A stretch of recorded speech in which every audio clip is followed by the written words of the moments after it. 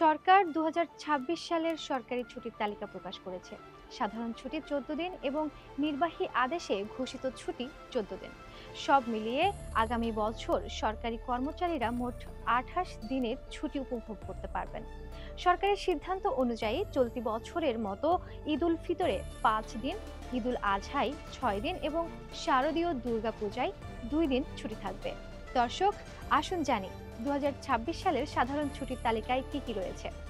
২১শে ফেব্রুয়ারি শহীদ দিবস ও আন্তর্জাতিক মাতৃভাষা দিবস।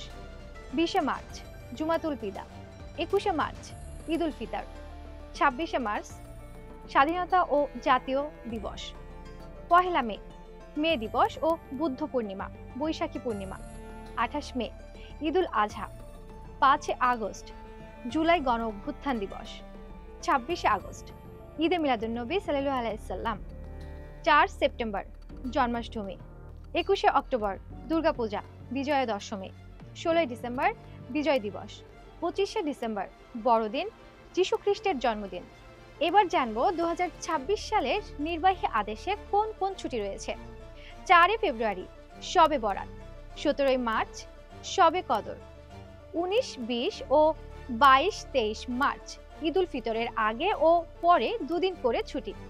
১৪ই এপ্রিল বাংলা নববর্ষ। ২৬-২৭ মে ও ২৯ থেকে ৩১ মে ঈদ উল আজহার আগে দুদিন ও পরে ৩ দিন ছুটি।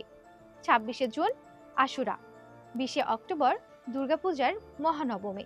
যেসব ছুটি চাঁদ দেখার উপর নির্ভরশীল, সেসব ছুটির তারিখ প্রয়োজনে পরিবর্তনশীল। ধন্যবাদ সবাইকে।